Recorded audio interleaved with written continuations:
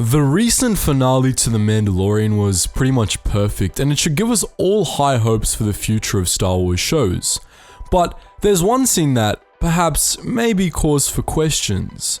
In this particular scene, IG-11 slaughters what looks to be a full company of Stormtroopers before hunkering down with the Mandalorian, Cara Dune, and Greef Karga while riding along on a stolen speeder bike. This begs the question, is this actually realistic? Would an IG-11 unit be capable of such slaughter? In this video, we'll be looking to answer that question.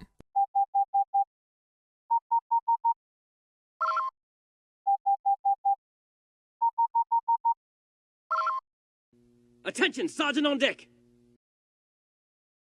When looking to answer this question, there's one small obstacle that we have to get around first.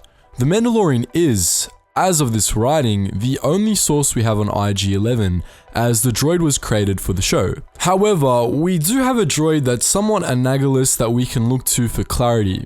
We're talking, of course, about IG-88, who IG-11 was obviously based on. So, for the sake of argument, we'll be assuming that IG-11 has similar capabilities to IG-88, and thus, we'll start by looking into IG-88 and how deadly he, or should we say, they were. The IG line originated in the years before the Clone Wars with a small Munilinst-based company called Flut Design Systems. For its IG line, the engineers at Flut came up with 99 designs for combat droids, together with a prototype that became the IG series Lancer droid. They planned to sell these designs to the Trade Federation, but they failed to complete them in time. They defaulted on the loan the Intergalactic Banking Clan had given them for the project, and so the IGBC seized Flut's assets and liquidated the company, taking their Lancers for themselves. The IGBC sold other IG designs to HoloOne Mechanicals, an affiliate of theirs. HoloOne produced a few of these designs, most notably the IG-1, the IG-72, the IG-86, and the IG-97, and they added the IG-100 Magna Guard to the line as well. Despite their affiliation with the CIS, HoloOne survived the Clone Wars, and their work on the IG line continued into the reign of the Empire. It was during this time that they developed the IG-88s. The IG-88 was designed to be the most advanced assassin droid to date. The line was equipped with advanced combat and logic modules, together with top-of-the-line gear that outclassed other combat droids entirely. This included a high degree of independence than most droids were allowed, as well as an extremely acute sense of autonomy and independence. The engineers at HoloOne designed safeguards to ensure that this didn't backfire, but such safeguards ultimately proved insufficient. 4 IG-88 models were built. Upon activation, the first line, IG-88A, immediately turned on his creators, killing all HoloOne staff present. He then downloaded replicas of his consciousness into IG-88B, IG-88C, and IG-88D, and the 4 droids proceeded to escape the HoloOne facility. They traveled to the droid manufacturing world on Mechas 3, and there they concocted a plan. They sought to cleanse the galaxy of all meatbag life, just as the HK-50s had millennia earlier, and they planned to do it through droid revolution. As Mechas 3 was one of, if not the most important droid-making world in the galaxy, the IG-88s claimed it as their secret base of operations and began uploading their autonomy programs into the droids produced there. The plan was that, when the time came, they would be able to give an order and have the droids rise up, forming an army dedicated to the extinction of organic life. IG-88A was to oversee the revolution, while IG-88C and IG-88D served as guards for their base on Mechas 3. IG-88B, on the other hand, was assigned with covering their tracks by becoming a bounty hunter. IG-88B quickly gains a reputation as an extraordinarily deadly bounty hunter, and his appearances across the galaxy distracted from the activities of his allies on Mechas 3. His career ultimately came to an end, however, when in 3 ABY, he tracked Han Solo to Cloud City on a contract from Darth Vader. There, he fought and was subsequently destroyed by Boba Fett.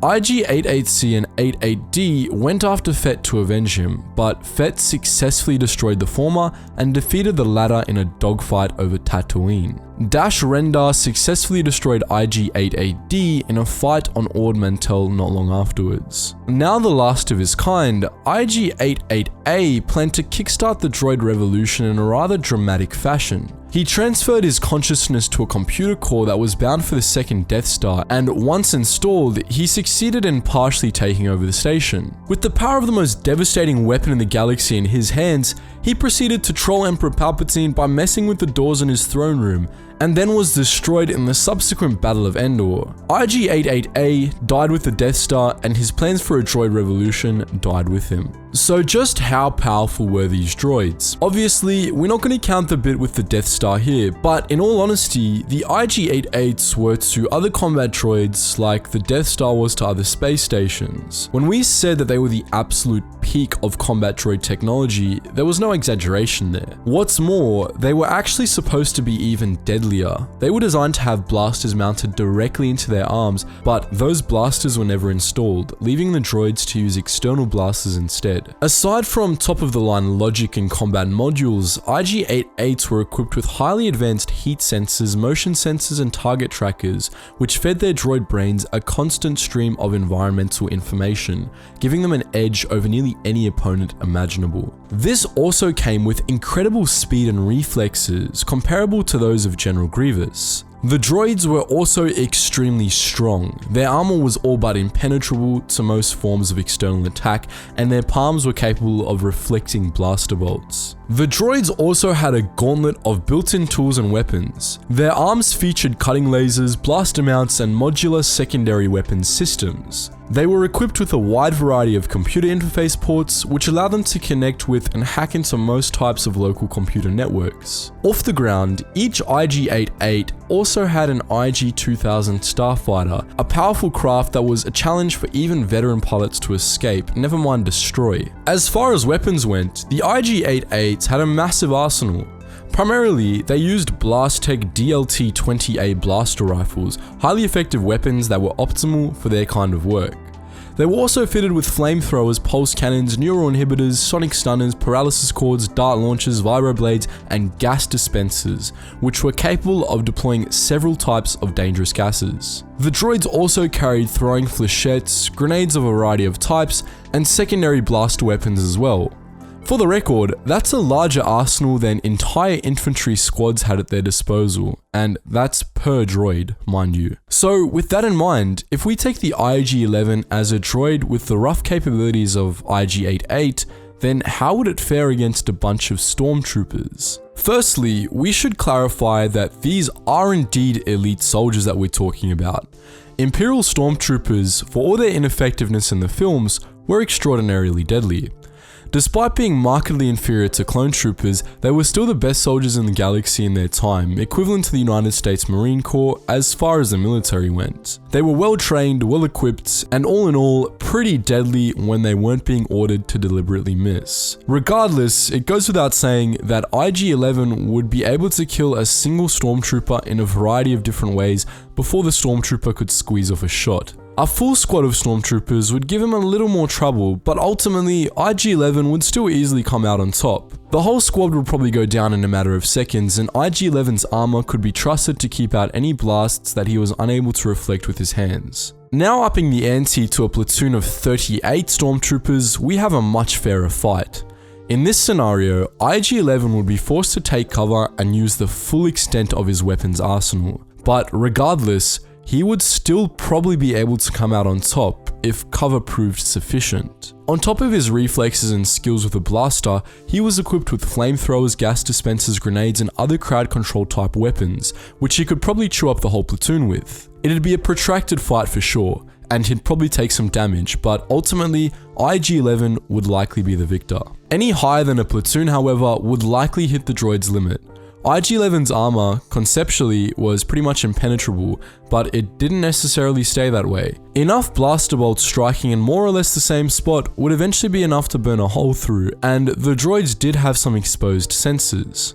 If IG-11 was carrying grenades, they may well have become a liability for that reason. Skill and equipment can only go so far against sheer numbers, and against dozens of skilled attackers all firing at once, there's only so much one can do, even if one is an IG-11. So that was the story and our analysis of the capabilities of IG-11, the killer babysitter droid from the Mandalorian. But as per usual, what do you think? Are there other droids or characters you'd like to see a skill set analysis for?